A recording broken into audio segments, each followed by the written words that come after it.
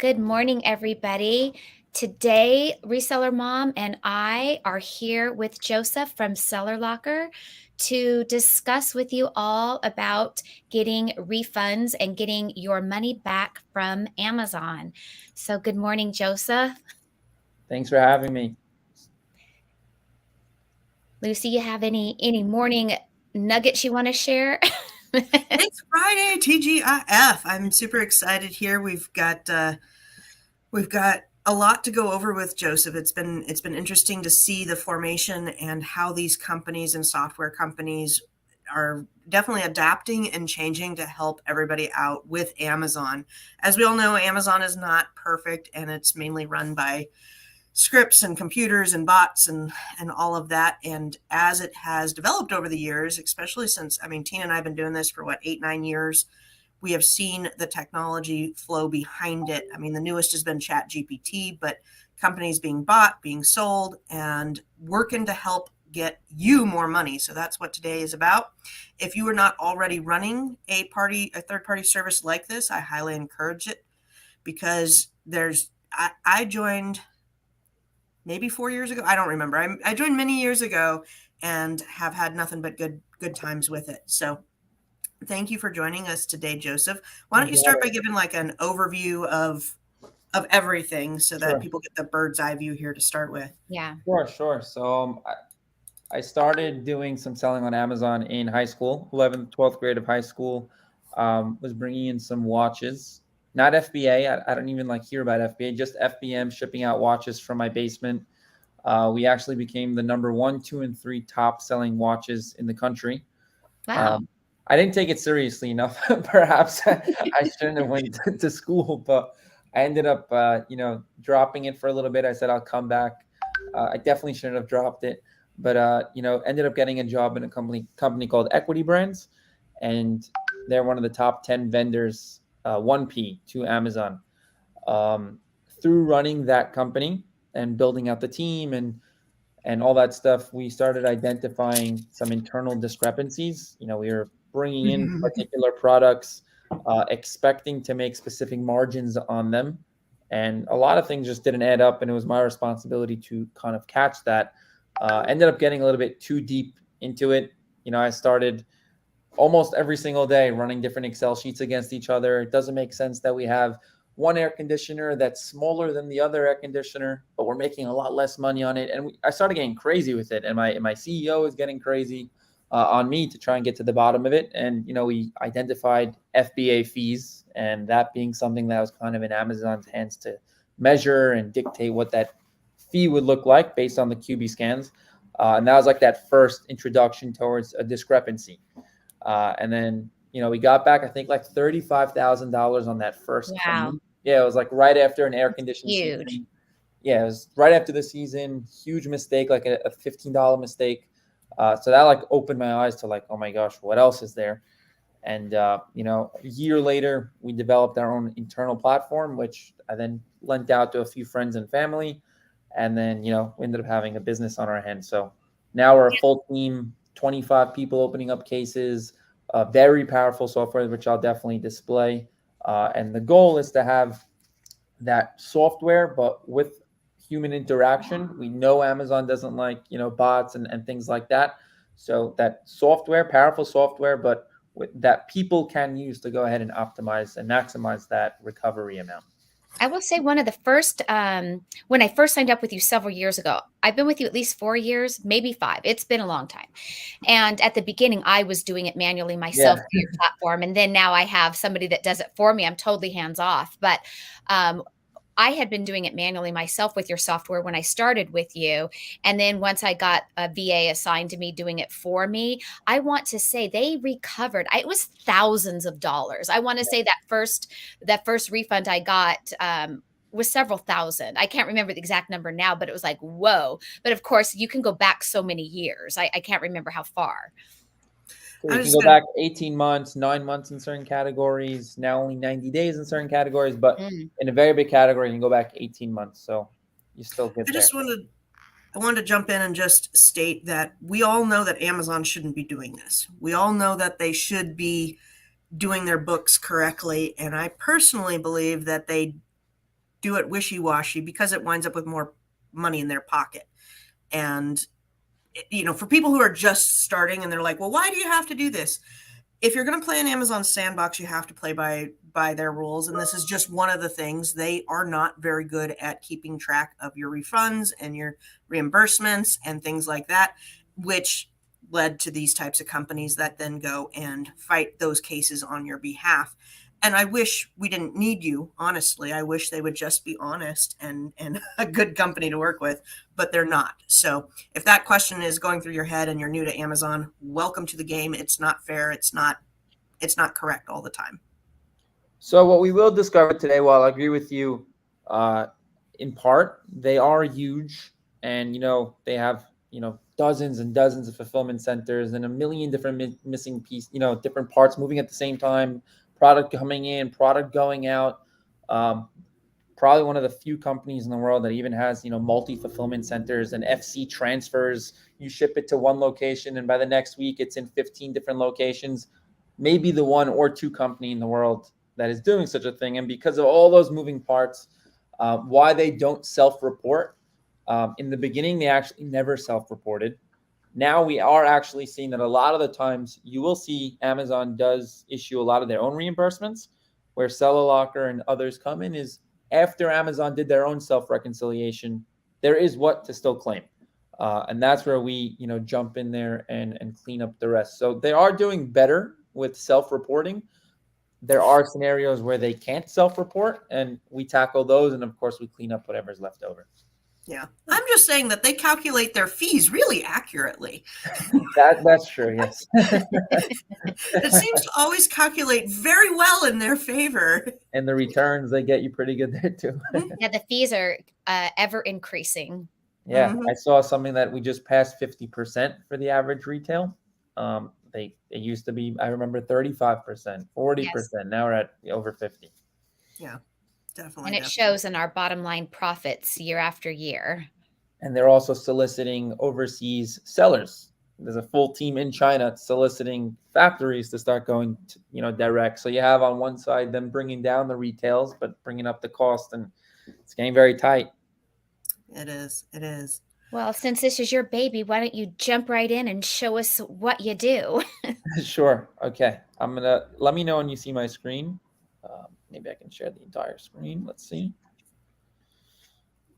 Let me know if you can see it. I can add it. Good? Yep. Cool. Okay, so this is the Seller Locker dashboard. This customer has been with us for just a little bit. The goal of the dashboard, as mentioned earlier, initially used to be to allow the customer to come in and open up their own claims. We were very worried, that, having VAs and stuff involved may lead to mistakes. And we wanted the seller to really own the data, but sellers are only more and more busy, and that model didn't end up working for us. So the tool now is built in a way where, there's things that the seller needs to do, and then which is very little, and then the virtual assistant is going to pick up most of the work. What we do is we pull in about 17 different discrepancies into this dashboard. We categorize them into about 3 or 4 major categories. Inbound, which is where probably I would say 60 to 65% of the discrepancies reside. That is when you ship, simple math, 100 pieces to Amazon. The trucker maybe got damaged at or lost at that particular center.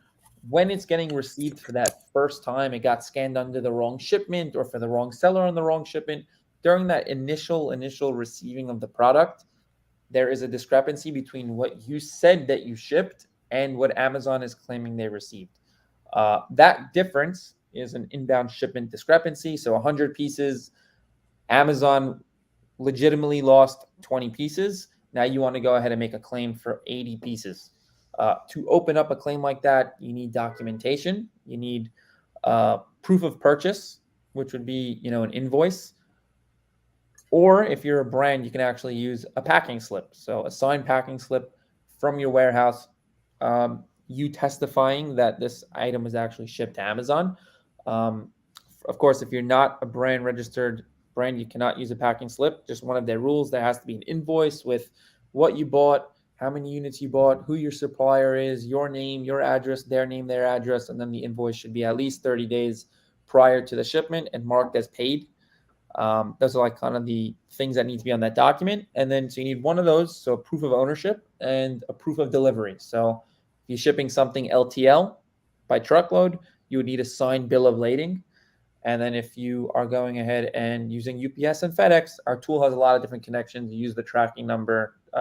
We can go ahead and use that tracking to go to FedEx and UPS, pull the information that we need and bring it into the tool. That's the inbound shipping category. We'll get back to it within the tool. There's lost inventory, which has like 13 different categories inside of it. Lost and damaged inventory. That's anything that happens after it was received by Amazon. So, you shipped 100, 20 got lost. So there's 80 there. We're going to deal with that other 20. But now from that initial receipt until it gets sold to a customer, it may fall off the shelf. It gets lost between different fulfillment centers. It gets damaged. There's 13 different scenarios where it can get lost or damaged. That we categorize all of them into lost and damaged inventory. And then there's FBA fees, which is when, you have a product, you measure your product and it's 4 by 6 by 8, and Amazon has, 5 by 10 by 10. And that's going to be a discrepancy in a fee. So all of that we are about to jump into in the dashboard, which I'll definitely, take you through right now. I do have one quick question, Sure. if you don't mind. So you said that we would have to show the invoice. What about a receipt? Because a lot of Amazon sellers are not getting wholesale inventory invoices, but they're going to a TJ Maxx or a Ross store. So receipt does work less of the time. It does get a little bit tricky when it comes to receipt. It really depends on the rep. What we've recommended to people that are buying from stores, from stores, is to have a different LLC. And it sounds a little bit crazy because, now I'm going to go through all of this headache just to get reimbursements. Reimbursements does make up between probably 3 and 5% of your total revenue, can get lost away with discrepancies. So what we do recommend to resellers is to just have an additional LLC or maybe a DBA. And now you would invoice company A to company B. So company A is responsible for all the purchasing, and then company B or a DBA of company A would be responsible for all of the selling. So you're basically issuing yourself an invoice, which is allowed. You're allowed to have a purchasing entity of your company, and it's selling part of their company. Well, a lot of the I didn't know brands, that. a lot of the brands actually have like the purchasing department, and then they have their Amazon store, different name and everything. So that's the best way to go ahead and not have to worry about collecting receipts. You just total up everything that you bought, you put it on an invoice, clean invoice, and you have all the information you need. The receipts really don't work a majority of the time. We don't want to discourage people from going after it, but if you can, you just open up another LLC really quickly. I think it's like $200 these days, and you can streamline the entire process that way. Very good. All right, go ahead. Cool. So let's jump into the dashboard. So all of those different cases that I mentioned, lost and damaged inventory, all reside in the dashboard. These are the scenarios where Amazon lost inventory. As I mentioned, they can definitely add up to a lot, sometimes 167 pieces in one clip, sometimes 20 pieces. Our team takes that information. They lost 29. They found some, but then others got lost. We take the total. We go to Amazon. We open up these claims. We don't need your work or effort involved. These are things that happen at Amazon. Using our reporting, we're able to identify these discrepancies. Also, with regards to damage, same thing. We go in there, we grab the SKU that we believe was damaged. We take that information and we open up the claim. Very high success rate with these claims, probably around 98, 99%. A lot of the money just pours in. We don't need any of your effort. It moves from ready to open into opened, and then they end up very quickly getting resolved. That's like the easiest, fastest recovery that we can get is a lost damage inventory claim. FBA fees requires a drop of effort from your team, a one-time import, but this I think is a reselling group, so it's a little bit less relevant. But if you have anything you're selling a ton of on repeat, maybe you bought a deal of something, Amazon measures your length, width, height, and weight, you would import, again, for those SKUs that you're selling a ton on repeat, or maybe you got from a specific store, or you plan on continuing to bring in this item, you just layer in by clicking edit, and plugging in the true length, width, height, and weight of the product. You can also do it through an import sheet. This would go ahead and yield a difference between Amazon's dimension and your true dimensions. That difference would be a recovery that we can definitely go ahead and get back for you. So in this particular SKU, it would be $75. Also, the profit would increase by $4 on every future order. So it's not always about just going backwards. You want to also correct it going forward so that you can make sure you're making as much profit as possible. But this is more of like a private label wholesaling feature. But again, if you're also selling something and you got a major deal and you bought hundreds of them, definitely recommend uploading your dimensions into the tool. There's no reason not to maximize the profits. Any questions there? No, I will say that a lot of times I never provide anything for your team. I get, I just get the notice that you got me these refunds. I never had to give you invoices or anything. And on occasion, the VA will give me different batches and say, can you please provide me invoices against these ASINs? And I do that. And from time to time, I've gotten an email saying, basically, are these your true size measurements? If you can update them, basically you'd be able to get me money back. It's been very little effort on my part. Yeah, we try to make it as little as possible. We don't want Yeah. to give anybody else more work. Then we try to make it personal. So the tool is capable. You can sign in and upload it. Our VA will reach out once in a while. Won't be too pushy, asking if you have anything. Yeah. And you can also set reminders from the tool to email you once a month. So we don't want to be too pushy, at your leisure, but it's money, so it's not be too. You don't want to be too lenient with it, but we want you to go ahead and give us those documents. And I will tell you, if we do set up the inbound shipments properly, so let's just say you have brand registry, or like we do have like a document generator. So we can go ahead and create specific documents. If you have a template that you particularly use for your invoices, we can work with you on that. But we usually go ahead and streamline the whole process so that we know where we're going for the documents, or you can put us in touch with your 3PL. We try to go ahead and make sure that we can come to you as least as possible. We do have one question. Yeah, I see that. We do have one question. Lately, most shipments missing inventory now say investigation complete and cannot open a case from the shipment screen. Even opening claims separately with invoices, they don't reimburse. So are you running more and more into that, or how do you get around that? It is common, but there's definitely ways to push back. One of the things that we specialize in is, the opening of the cases. Once you spend, 50 to 100 hours learning about it, which is not a lot. I mean, it is a lot, but once you learn about it, you almost feel like you want to do it on your own. The challenge there is like you're mentioning, the dealing with Amazon, the responding. Amazon is, like you said, they either auto denying, especially in certain scenarios, that being one of those cases. There is specific ways and languages that we can get around these cases. We're experts at responding. We're dealing with thousands and thousands of cases per day. We actually built a tool called our responding tool that helps our virtual assistants suggest different responses in order to push back. So you won't see this, but when our virtual assistants are working the cases, there'll be 3 or 4. Hey, Amazon said this, try this response. This response should yield a positive result. And every day we're trying to learn more about the different cases that Amazon is pushing back on, and then craft new responses, test them, and then deploy them. So we are getting around them. Yes, it is difficult, but we have different responses that are working. This is really great to know what you guys do on the back end. As your customer, I've never known this, so This is really cool. Awesome. To get into the documents a little bit, like we discussed, we created a whole document portal, kind of like a Dropbox, but for documents. You can go ahead and drop whatever documents you have, so you can provide this to your 3PL. But of course, the best thing is to have your own documents that you guys are creating, an invoice that you're issuing. If you had one from your supplier, great. If you're buying it from stores, then you're able to upload your receipt into the tool.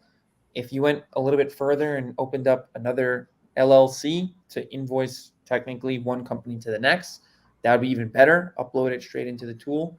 And then we have, there are other ways that people are going ahead and generating packing slips. This is a new thing. I'm saying it is kind of strange. It's like Amazon's asking you for a document that you would only need to generate. It's not like you have a packing slip or you ever creating or needing a packing slip. So it is a weird request by Amazon, but we can only, mold with the times. If that's what they're asking for, we have to do what we need to do in order to have what we need.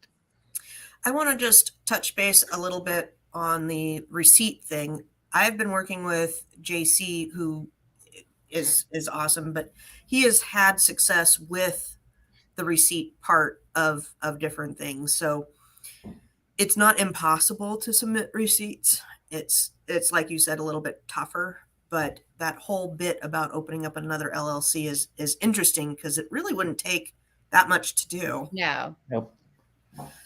that was just the gem of the day. And then Receipts that they are working. So I love John. He's great. He does a great job with the receipts. But when you just compare the percentages of cases that are won with an invoice and tracking number from FedEx and UPS versus the receipt, it's wildly different. And even the time it takes to win the case is wildly different. You don't yes. need to take weeks just to get the rep to understand that you're a reseller and you only have receipt. Like you have to go through the whole course every single time. Yes. I was going to share my screen real quick.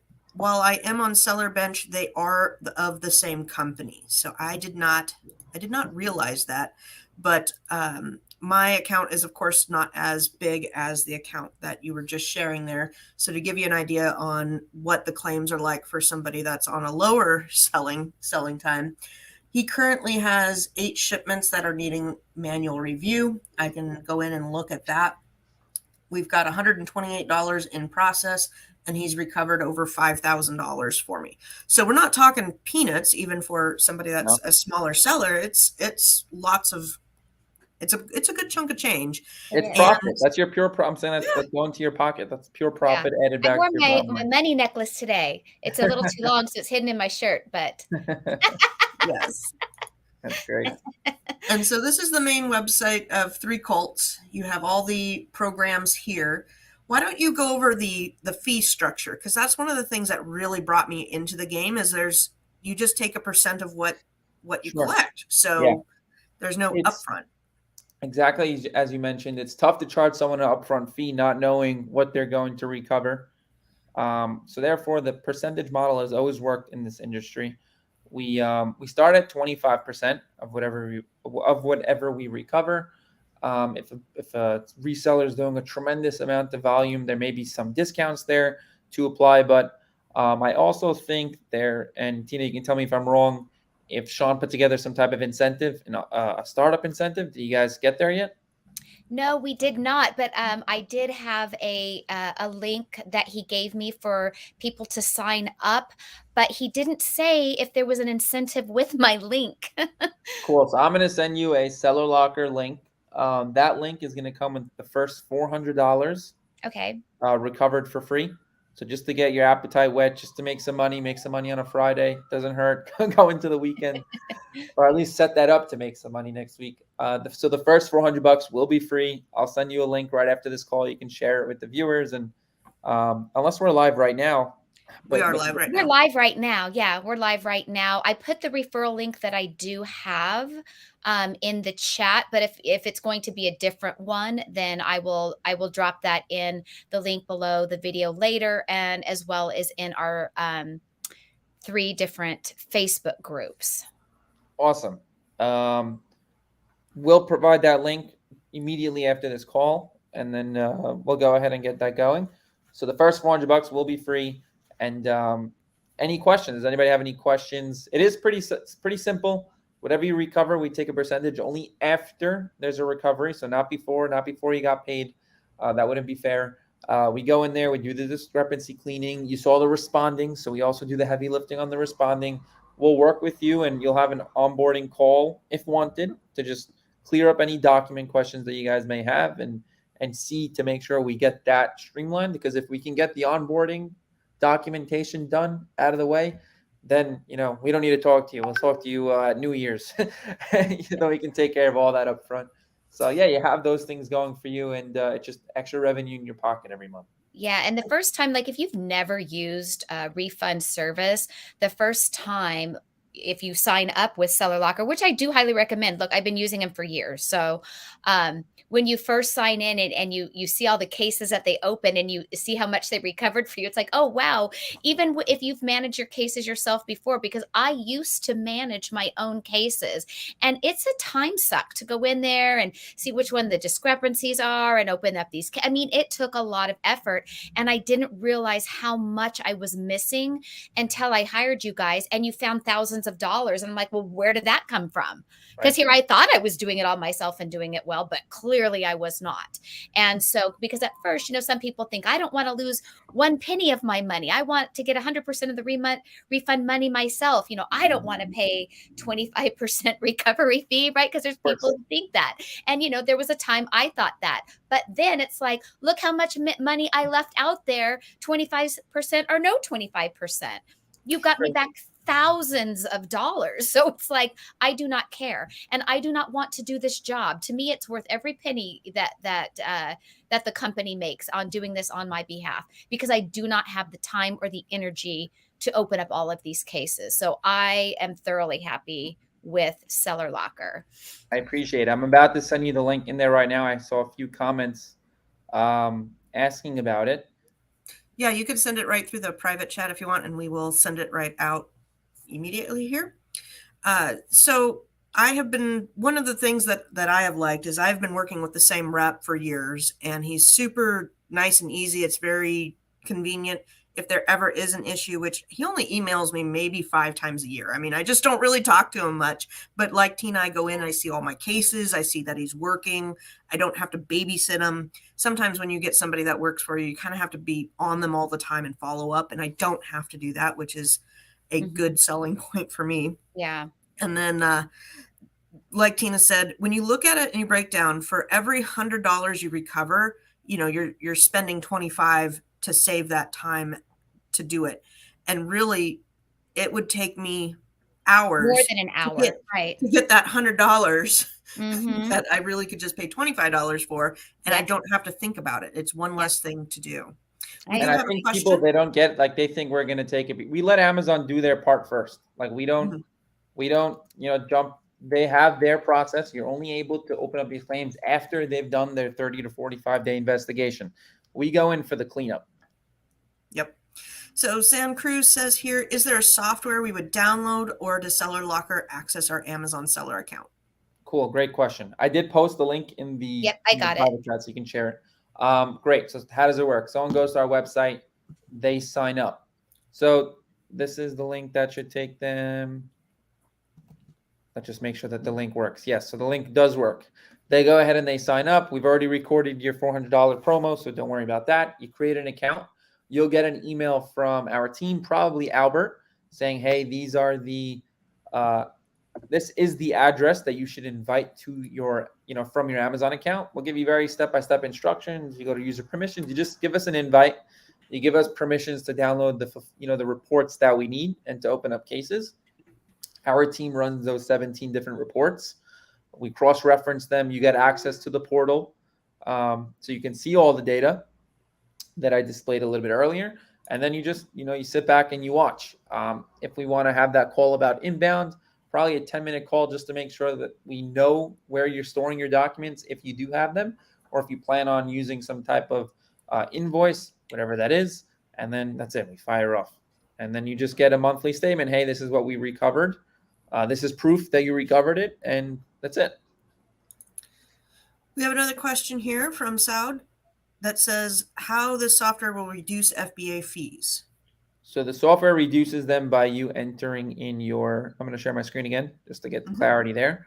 By you entering your dimensions into the tool, we'll go ahead and based on your dimensions, so like in this particular scenario, Amazon was off by 2 pounds on the weight, which had a $4 difference. So we're going to go in and request that Amazon remeasures this. We're going to give them all the orders that they overcharged you on, and we're going to get that discrepancy done. It's not always that large of a weight. Like, it could even be, in some scenarios, 0.2 of an inch, but that difference takes you over the threshold. Yeah. And of course, if anybody wants a thorough demo of the tool after they sign up, we can do that as well with your own data on your own account. So that is something cool. We also have a fee calculator. So if you're bringing in a new product and you want to know what your dimensions are, I think Amazon added this now on their latest FBA calculator, but we've been doing this for years, just helping sellers predict what their dimensions would yield in an FBA fee. And then we went a little bit farther than that. We told them, if you do X, Y, and Z, you can actually lower your fees. So we actually created some tools to help you just That's very cool. get into the next fee tier structure. Because sometimes it's very easy. Sometimes it's just you went a little bit too long. Ask your factory to bring it down. And we've encountered that. Lucy and I do a lot of bundled products. And so if it's a matter of sometimes how small you might fold something, if it's something that can be folded as opposed to being, open in the bag. Just to answer the question that came through, I think it said that I don't think Amazon will agree to your dimensions. Amazon doesn't agree to anything up front. But that's kind of the name of the game. You have to learn how to ask the question properly, how to be strict, but not too forceful. So, it's a give and take. And sometimes, even if they don't give you the reimbursement going backwards, if we can compromise and make sure going forward that you at least got your dimensions fixed, it's not a win for us in the dollars and cents, but for you guys it is to make more. I've gotten, even on my own, I've opened cases and gotten Amazon to fix incorrect dimensions. It absolutely is possible. I didn't even mention this part. I'll show my screen hopefully one more time. But if you look at this part of my screen, which I don't even know why I forgot this part, this section here, so this guy recovered a lot of money, but this is how much he made going forward. Wow. Because of the difference in fees. So like he was getting charged $8, now he's getting charged $6. That $2 of profit over the course of the year added up to, and it's not one SKU. Something else that I've learned in this space is it's not that one $25,000 claim. It's never that. That was just, what inspired all of it. We have a client that recovered, I think, like $1.6 million. It's not like $10,000 claims. It's 300, 400, 500, 300. It's everyday consistency. Yeah. I just realized I don't have that weight option on my thing turned on. So I am so doing it because I have found so many weight discrepancies. I've been doing it by myself just when I notice it's wrong. I had Amazon take a half a pound product, change it to 6 pounds.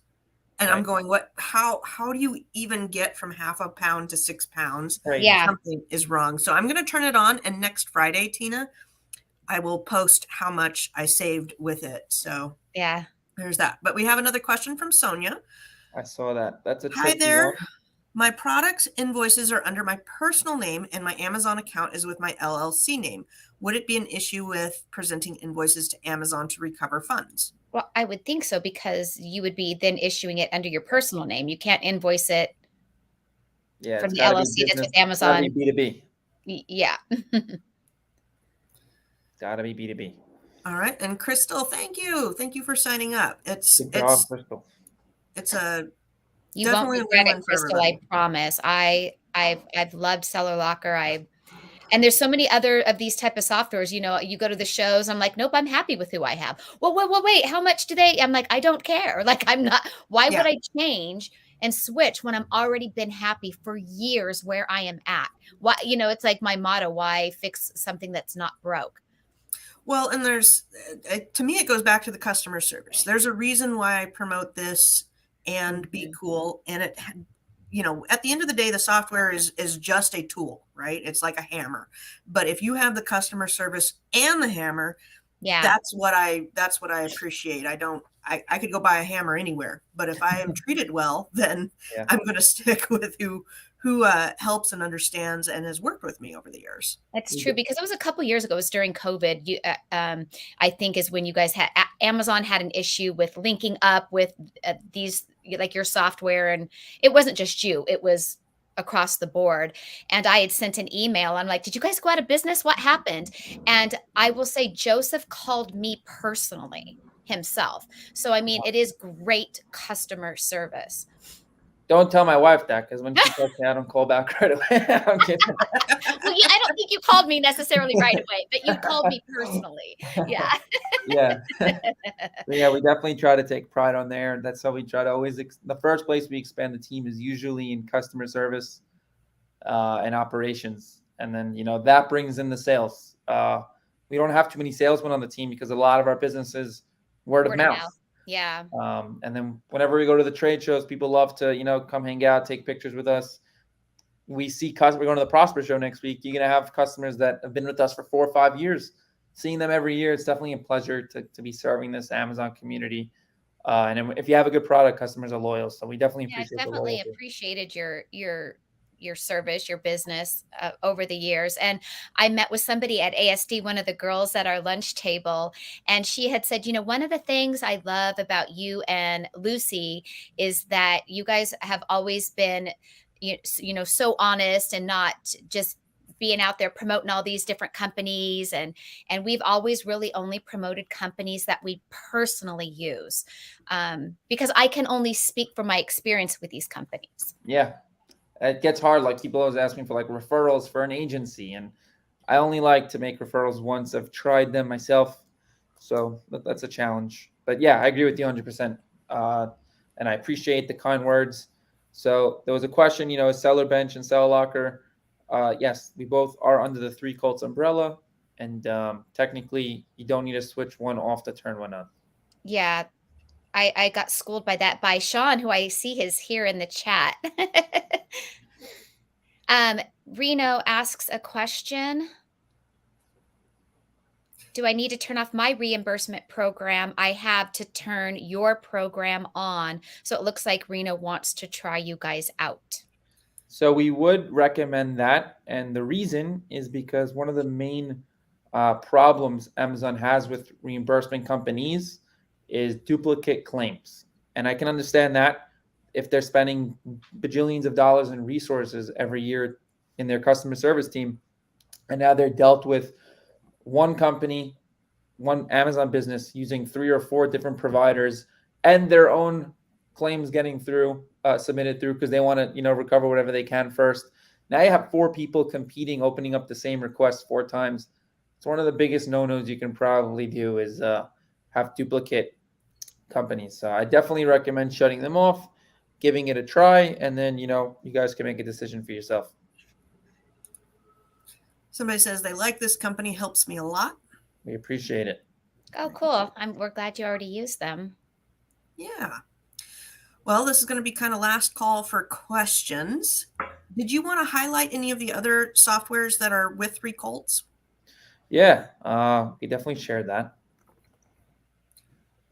Yeah, I didn't realize that they were under that umbrella until I spoke to the company yesterday. It wasn't you, because I know you are Seller Bench. You're just under the umbrella of the company, but they do have a lot of other softwares that we do use, like Tactical Arbitrage. So they actually, I'm being a little biased there, but they do buy the best companies.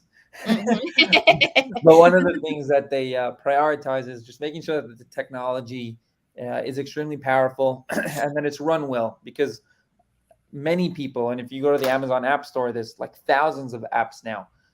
Someone has a quick idea, underbaked, undercooked, and they just get a developer overseas and they print something out and they make a nice website. Three Colts is really thorough in making sure every single step of the process is 100% accounted for, that the customer service is up to par, that it's a real strong product. And if you look at the names of the products that are under the Three Colts umbrella, these aren't small companies. No. They're companies that fill a real void, not necessarily looking for issues. And they're cream of the crop. Channel Reply, Feedback Wiz, definitely a well-known tool. Tactical Arbitrage, of course, Yeah, is probably the TA. biggest known tool, which we also use. Our VA uses Tactical Arbitrage. Yep. Scout IQ, another huge winner, and there's more and more under the wraps that are coming through. And they're doing a great job bringing the best companies together. Yeah. And then I think right now we have 3 or 4 reimbursement companies. And like if you put together the experience in the room when we get together, it's insane. And people that are getting spit out are just wild. Yeah. Very cool. Very, very cool. Yeah, I've thought about possibly having some of the other Three Colt programs on, like Tactical Arbitrage, on our channel to feature them over this year, because we don't always do that. Lucy and I do a lot of answering of the questions ourselves, but look, we all don't know all the things, right? True. All right. Sand Cruz says, is this ideal for beginners or part-time sellers with small accounts? It's for everybody. I mean, we don't discriminate against money. so so if there's $10 to be made, so be it. Every company, most companies, and we're excited for growth and for the growth of our sellers. Everyone starts somewhere. Everyone was a small seller at some point. So if we can get a loyal customer from the start, we're happy to service you. And as you grow, hopefully not, but if they do, the reimbursements will grow too. And remember, they just take a percentage of what they recover. So if they recover $10, you're only going to pay a percent of the $10. If they recover $1 million, you're only paying a percent of the $1 million. So any size company will work. Right. And the reimbursements are usually in line with the work. So if we're recovering a lot, we probably worked very hard. So it's always, and if it was a little bit, then we only signed in a few times that month. So it's okay. Same as you packing and prepping a shipment. You only shipped in 10 things. It didn't take you that much work. You shipped in 800 things. It took a lot more work. Exactly. And then the last question, we do not need to, the question was, do I need to put in the promo code anywhere? No, it's tracked in your cookies. So we'll actually apply that $400 in the billing cycle. So the billing cycle, let's say from March 10th all the way to the end of the month, or whatever we recover for you during that month will get billed to you the following month, only for that month's of recoveries that were paid already by Amazon. And then there'll be a $400 credit on the bottom. Awesome. Thank you for doing that for us today. That is awesome. And you're welcome. I hope everybody uses it and gets a little bit of money back, and it'll be good. It'll be good for you. There's very few things. If people ask me what software to sign up, I say Inventory Lab, get a repricer, make sure you have some sort of accounting software, and you definitely need a refund, a reimbursement type of software, and that's probably the cheapest, easiest one to get going. Yeah, so there's not a monthly required fee. Yeah, it's an easy sell.